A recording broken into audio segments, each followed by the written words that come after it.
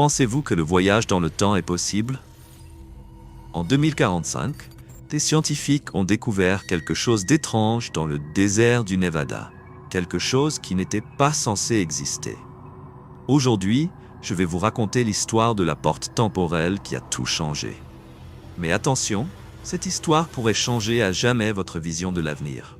Dans le désert du Nevada, où les sables brûlants s'étendent à perte de vue, une équipe de scientifiques travaillait sur un projet secret. Ils cherchaient de nouvelles sources d'énergie, mais ils ont trouvé quelque chose qu'ils n'attendaient pas, une porte temporelle. La porte est une structure métallique étrange, brillant sous le soleil ardent. Autour d'elle, le sable bougeait de manière bizarre, comme influencé par une force invisible. Le Dr Emma Carter, une physicienne renommée, fut la première à s'approcher de la porte. Elle sentit un étrange courant électrique traverser son corps lorsqu'elle toucha la structure.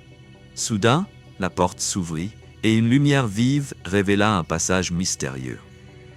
Personne ne savait où il menait, mais tout le monde sentait qu'ils étaient sur le point de découvrir quelque chose qui changerait le monde. L'équipe décida d'envoyer un robot d'exploration à travers la porte. Lorsque le robot entra, il disparut dans un éclair de lumière. Quelques minutes plus tard, des données commencèrent à apparaître sur les écrans. Les images étaient étranges. Des paysages que les humains n'avaient jamais vus auparavant, avec un ciel bleu foncé et un soleil rouge géant. Mais la plus grande surprise fut lorsque le robot captura une image de quelque chose ressemblant à une ville. Les bâtiments étaient faits de matériaux brillants, comme s'ils venaient d'un futur lointain.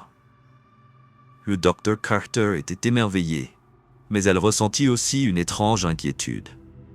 Et si cette porte n'était pas seulement destinée à l'exploration, mais à autre chose?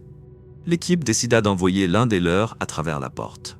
Marcus, le jeune ingénieur, se porta volontaire.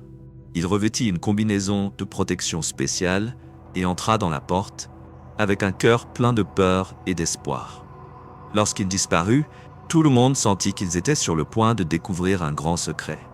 Lorsque Marcus arriva de l'autre côté, il se retrouva dans une ville étrange. Les rues étaient vides et les bâtiments semblaient venir d'un autre monde. Mais la chose la plus terrifiante était le son. Des murmures étranges remplissaient l'air, comme si la ville lui parlait. Soudain, une silhouette étrange apparut devant lui. Elle ressemblait à un humain, mais ses yeux étaient grands et noirs, et elle semblait tout savoir de lui. Elle lui dit « Tu viens du mauvais temps ». Avant qu'il ne puisse répondre, la silhouette disparut, et la ville commença à se transformer en poussière. Marcus se précipita vers la porte, mais celle-ci commença à se fermer. Avant qu'il ne puisse l'atteindre, il entendit une voix dire « Le retour est impossible ».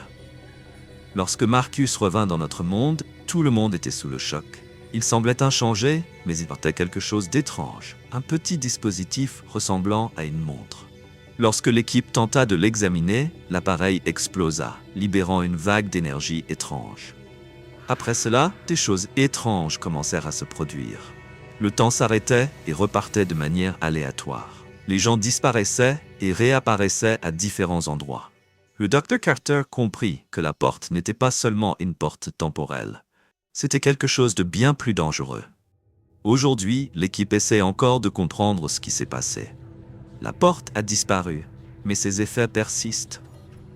Et la plus grande question est, Marcus était-il toujours lui-même?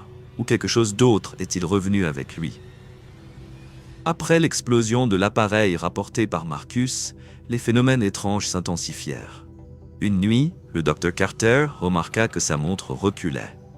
Puis, soudainement, elle se retrouva dans son laboratoire une semaine avant la découverte de la porte. Ses souvenirs étaient flous, mais elle réalisa qu'elle vivait le même moment 2 fois. En même temps, Marcus commença à faire des cauchemars terrifiants. Il se voyait dans la ville étrange, mais cette fois, les silhouettes aux yeux noirs l'entouraient de tous les côtés. Elle lui murmurait « Tu n'appartiens pas ici ». Lorsqu'il se réveilla, il trouva d'étranges marques sur son bras, comme si quelque chose le contrôlait.